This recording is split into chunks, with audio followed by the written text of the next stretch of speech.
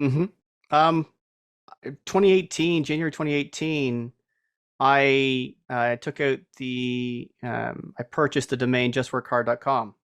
Because that's a family mantra. My father, my grandfather, so much so that I got it tattooed, work hard tattooed on me, and folk.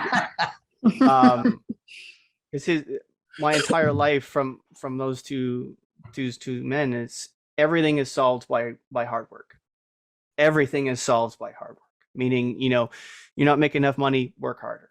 You're having trouble at home, work harder. Everything is solved by working harder, no matter what principle it is. And in 2018, I kind of lost sight of that in I would suggest lying to myself that, I'm going to open a consulting business. I've been in the business for, nearly 20 years at the time. Now I'm going to get close to 25.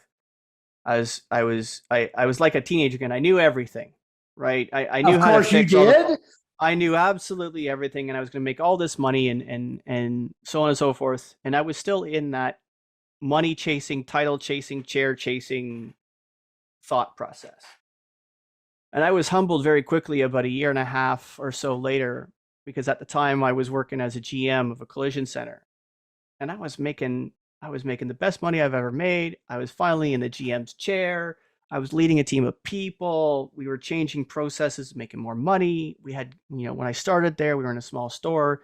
The owner had already purchased or signed a lease agreement and got out a loan to build a new business and the new business. So we're going to go for talking really fast. We were going from 4,800 square feet to 12,000 square feet as a collision Ooh, center, let's jump, buddy. and we were going from having to push everywhere to the new Cimatech process, where the refinish side of the business was all on rails. So you roll the truck or the car back onto to basically rails, and you slide it through each step of the refinish process right into the booth and right out of the booth.